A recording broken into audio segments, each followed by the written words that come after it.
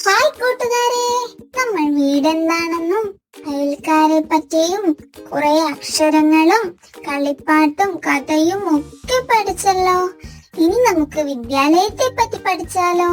നമ്മൾ എല്ലാവരും എല്ലാ ദിവസവും രാവിലെ കൃത്യമായി വിദ്യാലയത്തിൽ പോകാറില്ലേ? പാഠങ്ങൾ പഠിക്കാനും കൂട്ടുകൂടാനും കൂട്ടുകാരോടൊത്ത് കളിക്കാനും അച്ചടക്കം പാലിച്ച് വളരാനും ഒക്കെയുള്ള സ്ഥലമാണ് വിദ്യാലയം. എന്റെ വിദ്യാലയം എന്റെ വീടിനടുത്ത് തന്നെയാണ്. അതുകൊണ്ട് തന്നെ ഞാൻ അവിടെ നടന്നാണ് പോകാറുള്ളത്. എന്റെ കൂട്ടുകാരിൽ ചിലരോ അവർ സ്കൂൾ ബസ്സിലും വരാറുണ്ട്. നിങ്ങൾ എങ്ങനെയാണ് നിങ്ങളുടെ വിദ്യാലയത്തിൽ പോകുന്നത്? സ്കൂൾ ബസ്സിൽ കയറുമ്പോഴും ഇറങ്ങുമ്പോഴും എല്ലാം അച്ചടക്കം പാലിക്കാൻ ശ്രദ്ധിക്കണേ. നിങ്ങൾ എല്ലാ ദിവസവും വിദ്യാലയത്തിൽ മണിയടിക്ക് മുൻപ് എത്തിച്ചേരാറുണ്ടോ? അതിനുശേഷമുള്ള അസംബ്ലിയിലും ഈശ്വര പ്രാർത്ഥനയിലും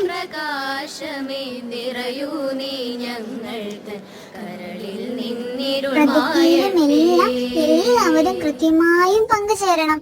ക്ലാസ്സിൽ നമ്മൾ അക്ഷരങ്ങളും വാക്കുകളും പാട്ടുകളും കഥയും ഒക്കെ പഠിക്കാറുണ്ടല്ലേ?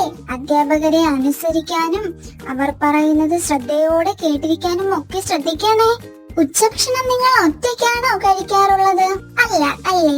നമ്മുടെ കൂട്ടുകാരോടൊത്ത് പങ്കിട്ട് വേണം ആഹാരം കഴിക്കാൻ. കൂട്ടുകാരിൽ ആരെങ്കിലും ആഹാരം കൊണ്ടുവന്നില്ലെങ്കിൽ അവർക്ക് കൂടി പങ്കിടാൻ ശ്രദ്ധിക്കണേ. ഭക്ഷണം കഴിച്ചതിന് ശേഷമുള്ള അവശിഷ്ടങ്ങൾ കൃത്യമായി ചവറ്റുകുട്ടയിൽ നിക്ഷേപിക്കണേ കൂട്ടുകാരെ. ഇനി പഠനം മാത്രം മതിയോ? കളികളും വേണ്ടേ? ഇടവേളകളിൽ കൂട്ടുകാരോടൊത്ത് നമ്മൾ എല്ലാവരും കളിക്കാറില്ലേ? ഇത്തരം കളികൾ നമ്മുടെ വളർച്ചയ്ക്കും കായികക്ഷമതയ്ക്കും എല്ലാം ഏറെ അത്യാവശ്യമാണ്.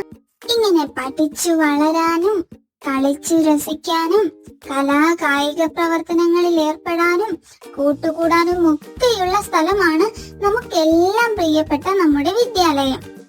നിങ്ങളുടെ വിദ്യാലയത്തിൽ നിങ്ങൾക്ക് ഏറെ ഇഷ്ടമുള്ളത് എന്താണ്?